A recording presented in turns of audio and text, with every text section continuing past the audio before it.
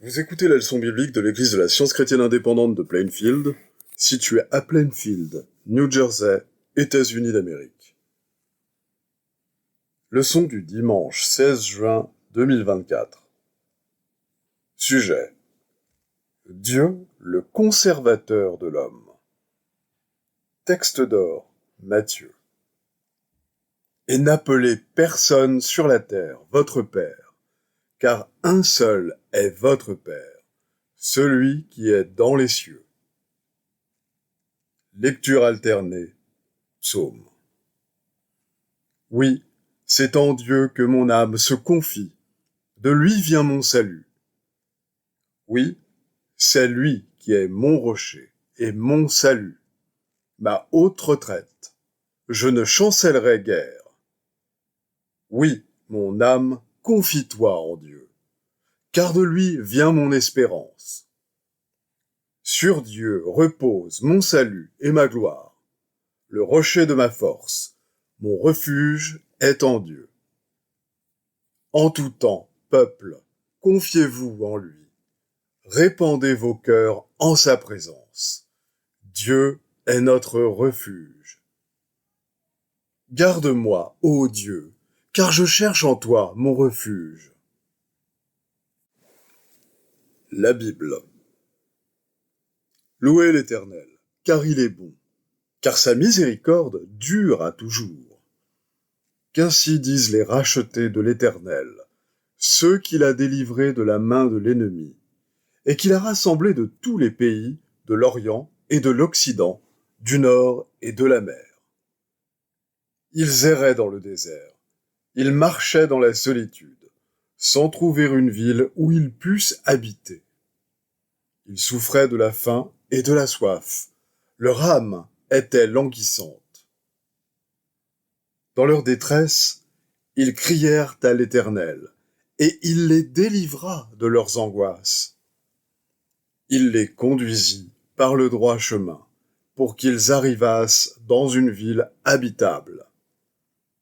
Qu'ils louent l'Éternel pour sa bonté et pour ses merveilles en faveur des fils de l'homme. Car il a satisfait l'âme altérée, il a comblé de biens l'âme affamée. Ainsi parle l'Éternel. Au temps de la grâce, je t'exaucerai, et au jour du salut, je te secourrai, je te garderai.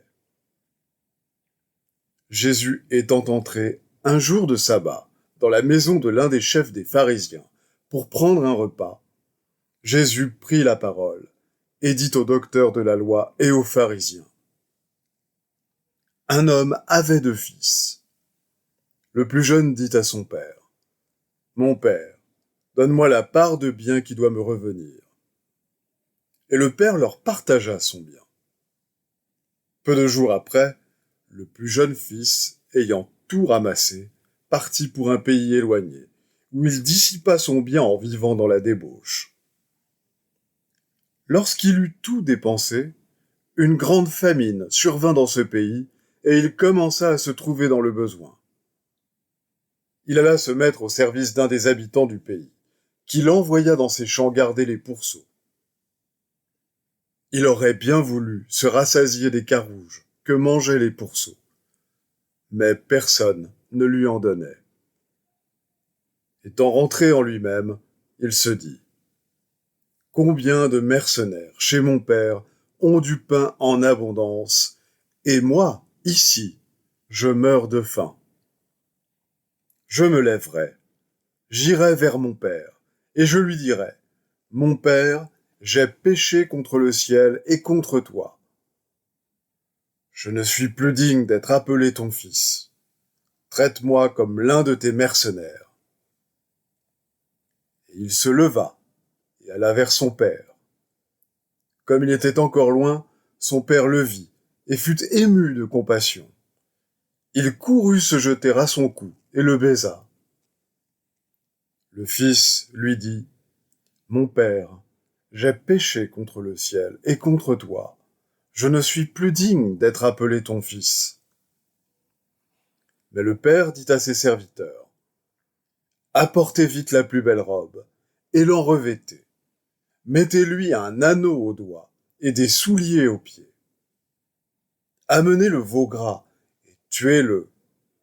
Mangeons et réjouissons-nous. Car mon fils que voici était mort, et il est revenu à la vie. Il était perdu, et il est retrouvé. Et ils commencèrent à se réjouir. Or, le fils aîné était dans les champs. Lorsqu'il revint et approcha de la maison, il entendit la musique et les danses. Il appela un des serviteurs et lui demanda ce que c'était. Ce serviteur lui dit : « Ton frère est de retour, et parce qu'il l'a retrouvé en bonne santé, ton père a tué le veau gras. » Il se mit en colère et ne voulut pas entrer. Son père sortit et le pria d'entrer. Mais il répondit à son père : « Voici, il y a tant d'années que je te sers, sans avoir jamais transgressé tes ordres, et jamais tu ne m'as donné un chevreau, pour que je me réjouisse avec mes amis. Et quand ton fils est arrivé, celui qui a mangé ton bien avec des prostituées, c'est pour lui que tu as tué le veau gras. » « Mon enfant, lui dit le père, tu es toujours avec moi, et tout ce que j'ai est à toi. » Comme Pierre visitait tous les saints, il descendit aussi vers ceux qui demeuraient à Lyde. Il y trouva un homme nommé Énée, couché sur un lit depuis 8 ans et paralytique. Pierre lui dit : « Énée, Jésus-Christ te guérit. Lève-toi et arrange ton lit. » Et aussitôt il se leva. Tous les habitants de Lyde et du Saron le virent, et ils se convertirent au Seigneur. Ô Dieu, aie pitié de moi dans ta bonté. Selon ta grande miséricorde, efface mes transgressions. Lave-moi complètement de mon iniquité, et purifie-moi de mon péché. Ô Dieu, crée en moi un cœur pur. Renouvelle en moi un esprit bien disposé. Ne me rejette pas loin de ta face. Ne me retire pas ton Esprit Saint. Rends-moi la joie de ton salut, et qu'un esprit de bonne volonté me soutienne. Comme un père a compassion de ses enfants, l'Éternel a compassion de ceux qui le craignent. La bonté de l'Éternel dure à jamais pour ceux qui le craignent, et sa miséricorde pour les enfants de leurs enfants. Comme Dieu l'a dit, j'habiterai et je marcherai au milieu d'eux. Je serai leur Dieu, et ils seront mon peuple. C'est pourquoi, sortez du milieu d'eux et séparez-vous, dit le Seigneur. Ne touchez pas à ce qui est impur, et je vous accueillerai. Je serai pour vous un père, et vous serez pour moi des fils et des filles, dit le Seigneur Tout-Puissant. L'Éternel te gardera de tout mal. Il gardera ton âme. L'Éternel gardera ton départ et ton arrivée, dès maintenant et à jamais. Je vais maintenant lire les passages corrélatifs tirés du livre d'études de la science chrétienne, Science et santé avec la clé des Écritures de Mary Baker Eddy. Père, vie éternelle, l'unique entendement, le principe divin, couramment nommé Dieu. Jésus ne reconnaissait aucun lien de la chair. Il dit : « N'appelez personne sur la terre votre Père, car un seul est votre Père, celui qui est dans les cieux. » Une autre fois, il demanda : « Qui est ma mère et qui sont mes frères ?»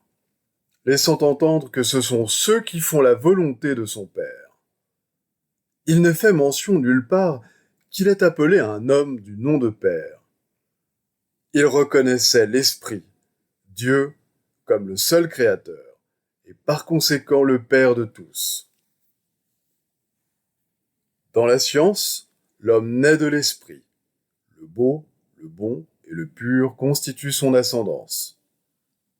Son origine n'est pas comme celle des mortels, dans l'instinct animal. Il ne passe pas non plus par des étapes matérielles avant d'arriver à l'intelligence. L'esprit est la source primitive et ultime de son être. Dieu est son Père, et la vie est la loi de son être. Nous devrions consacrer l'existence non au Dieu inconnu que nous adorons sans le connaître, mais à l'architecte éternel, le Père éternel, à la vie à laquelle le sens mortel ne peut nuire et que la croyance mortelle ne peut détruire.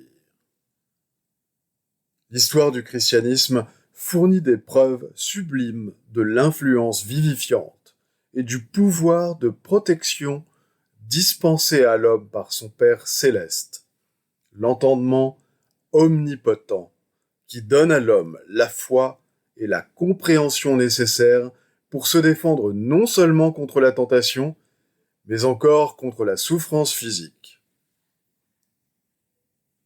La sagesse de l'homme ne trouve aucune satisfaction dans le péché, puisque Dieu a condamné le péché à la souffrance. La nécromancie de jadis préfigurait le mesmérisme et l'hypnotisme d'aujourd'hui.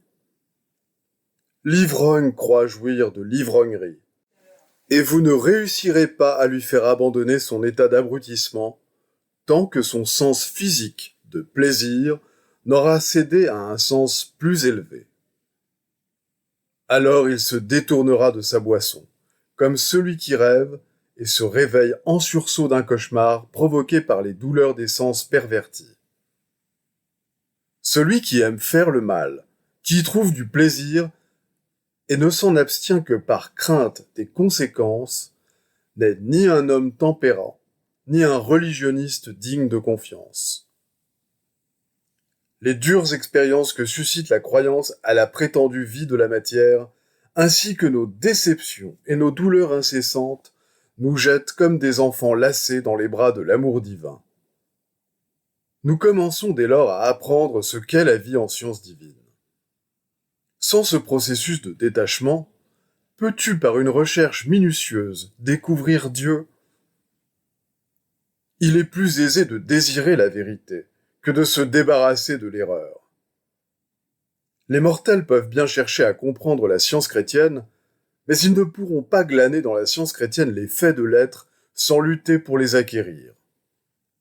Cette lutte consiste à faire tous ses efforts pour abandonner l'erreur sous toutes ses formes et n'avoir d'autre conscience que le bien. Grâce au châtiment salutaire de l'amour, nous sommes poussés dans notre marche vers la justice, la paix et la pureté, qui sont les jalons de la science. Contemplant les tâches infinies de la vérité, nous nous arrêtons un instant, nous nous attendons à Dieu. Puis nous allons de l'avant jusqu'à ce que la pensée détachée de toute entrave marche ravie et que la conception libérée prenne son essor vers la gloire divine. L'amour de soi est plus opaque qu'un corps solide. En obéissant patiemment à un Dieu patient, travaillons à dissoudre, avec le dissolvant universel de l'amour, l'erreur adamantine, la volonté personnelle, la propre justification et l'amour de soi, qui fait la guerre à la spiritualité et qui est la loi du péché et de la mort. L'entendement divin qui fit l'homme maintient sa propre image et ressemblance. L'entendement humain s'oppose à Dieu et doit être dépouillé, ainsi que le déclare saint Paul. Tout ce qui existe réellement est l'entendement divin et son idée. Et dans cet entendement, l'être intégral est révélé, harmonieux et éternel. Le chemin droit est resserré, c'est voir et reconnaître ce fait, céder à cette puissance et suivre les directives de la vérité. Puisque Dieu est tout, il n'y a pas de place pour sa dissemblance. Seul Dieu l'Esprit créa tout et dit que cela était bon. Donc le mal, étant contraire au bien, est irréel et ne peut être produit par Dieu.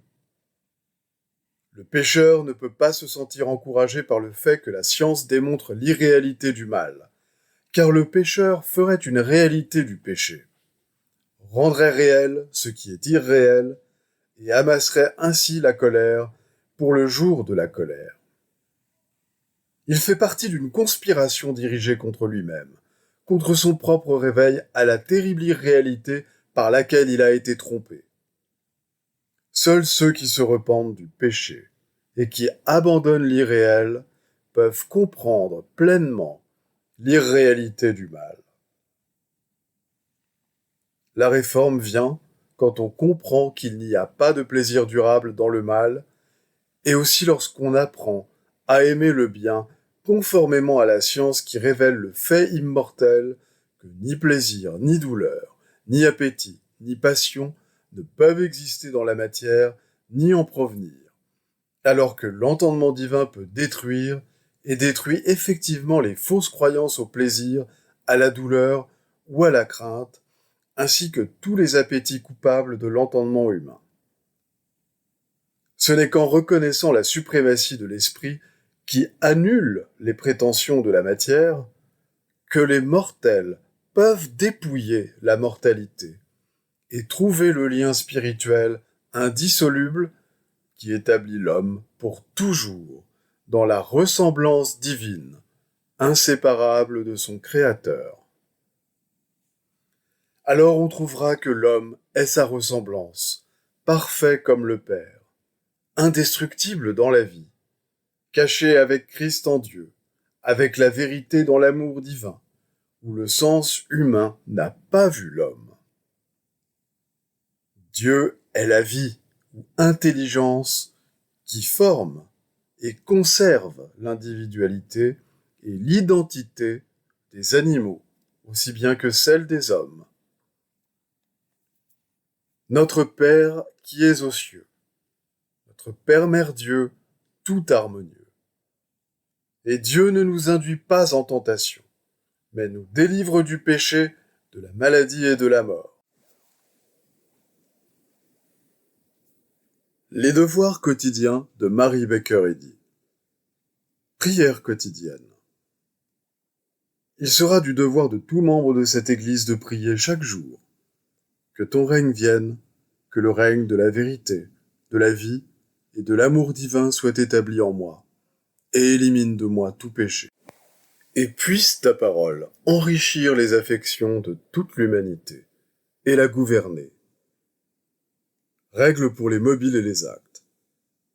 Ni l'animosité, ni un attachement purement personnel ne doivent déterminer les mobiles ou les actes des membres de l'Église mère. Dans la science, l'amour divin seul gouverne l'homme, et un scientiste chrétien reflète les douces aménités de l'amour, en réprouvant le péché, et en manifestant un véritable esprit de fraternité, de charité et de pardon. Les membres de cette Église doivent journellement veiller et prier pour être délivrés de tout mal, pour ne pas prophétiser, juger, condamner, conseiller, influencer ou être influencé d'une manière erronée. Vigilance face au devoir. Il sera du devoir de chaque membre de cette Église de se défendre journellement contre la suggestion mentale agressive et de ne pas se laisser entraîner à oublier ou à négliger son devoir envers Dieu, envers son leader et envers l'humanité. Par ses œuvres, il sera jugé et justifié ou condamné.